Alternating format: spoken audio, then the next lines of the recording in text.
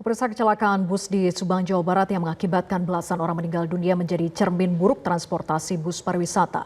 Penyebab kecelakaan bus selama ini polanya juga selalu sama, yakni remblong atau masalah teknis pada bus pariwisata. Lalu kenapa kecelakaan pada bus pariwisata terus saja berulang? Kita akan membahasnya bersama Hendro Sugiatno, Dirjen Perhubungan Darat Kemenhub, kemudian bergabung juga Komisioner Kompolnas Puji Hartono dan Kurnia Lesani Adnan, Ketua Bidang Angkutan Penumpang DPP Organda yang nanti akan segera bergabung. Saya ke Kompolnas terlebih dahulu, Pak Puji. Dari data pengamatan maupun juga fakta yang ditemukan di lapangan, apa yang ditemukan oleh Kompolnas sejauh ini? Ya, selamat malam.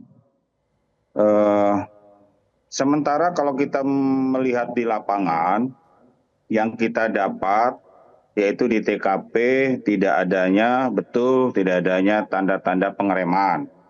Itu satu. Yang kedua, berkaitan dengan apa yang kita lihat di bangkai bus yang sudah porak-poranda bagian sebelah kiri, ya, itu kita lihat adanya beberapa las-lasan yang tidak sempurna, ya.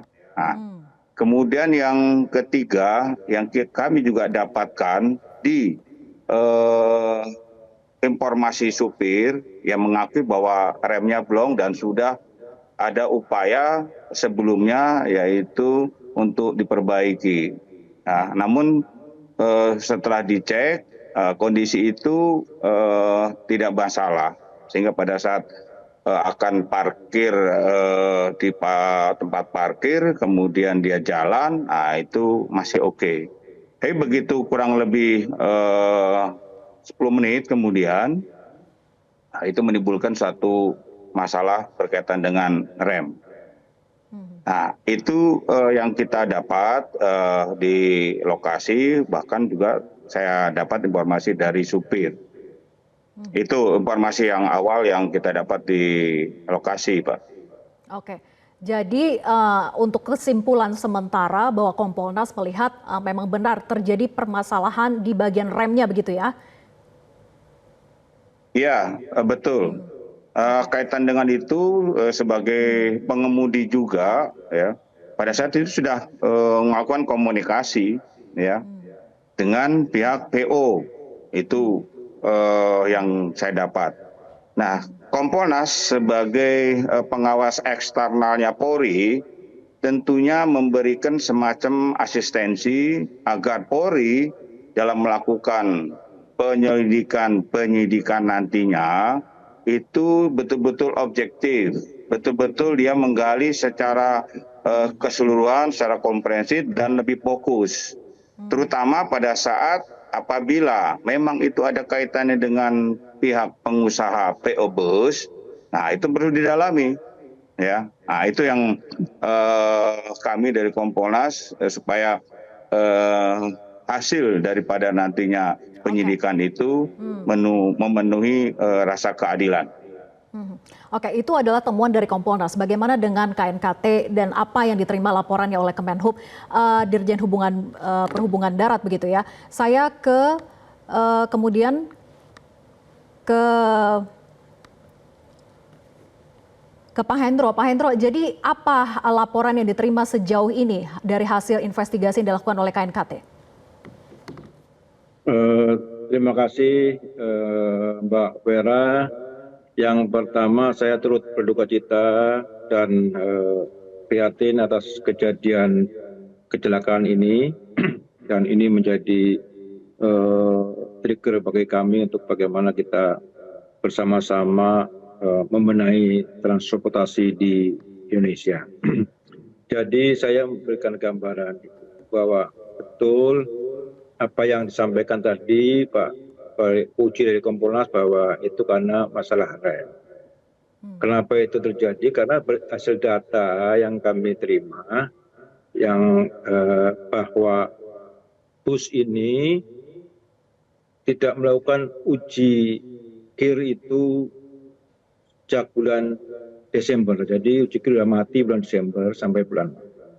ini tidak melakukan, maka kontrol terhadap mekanik di kendaraan itu tidak kontrol dengan baik.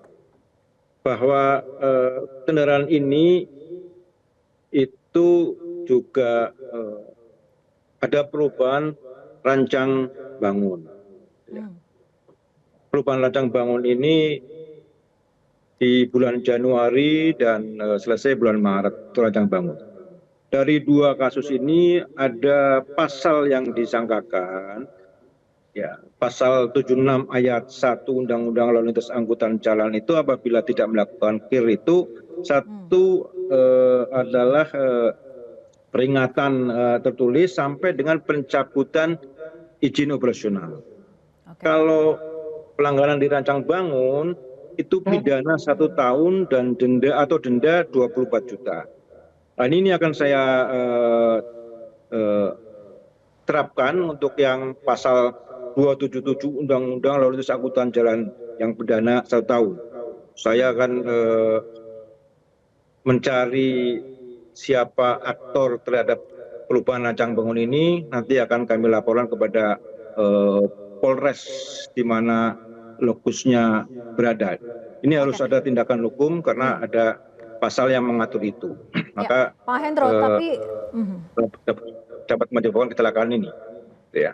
Yang kedua, bahwa hasil temuan kami, bis ini selama 2 tahun, dari tahun 2022 sampai 2024, itu sudah 5 kali berpindah PO. Mulai dari Bengkulu sampai terakhir ada di Wonogiri. Sudah 5 kali perpindahan ini juga menjadi perhatian bagi kami. Kami akan merancang suatu aturan tentang jual beli bis, bagaimana bisa kami kontrol untuk bisa tahu tentang fungsi teknis kendaraan yang akan dijual belikan. Ini yang akan kami dalami, dan berkaitan dengan uji KIR juga, karena uji KIR itu ada di pemerintah daerah, dalam hal ini kabupaten kota. Kalau semua aturan itu sudah ada, tinggal kami akan mengecek kembali tentang sistem database yang ada di masing-masing penguji KIR. Itu penting karena bisa mengkontrol kendaraan-kendaraan yang sudah habis waktu uji. Ini juga, Pak Hendro, saya ingin mendalami soal modifikasi dengan uji KIR. Apakah ketika uji KIR dilakukan, terakhir kan data yang kami terima bahwa uji KIR itu terakhir pada Juni 2023. Apakah ketika uji KIR terakhir itu sebetulnya dalam kondisi yang sudah dimodifikasi ataukah belum? Tapi dijawab nanti usai jeda. Tetap bersama kami di Prime Time News.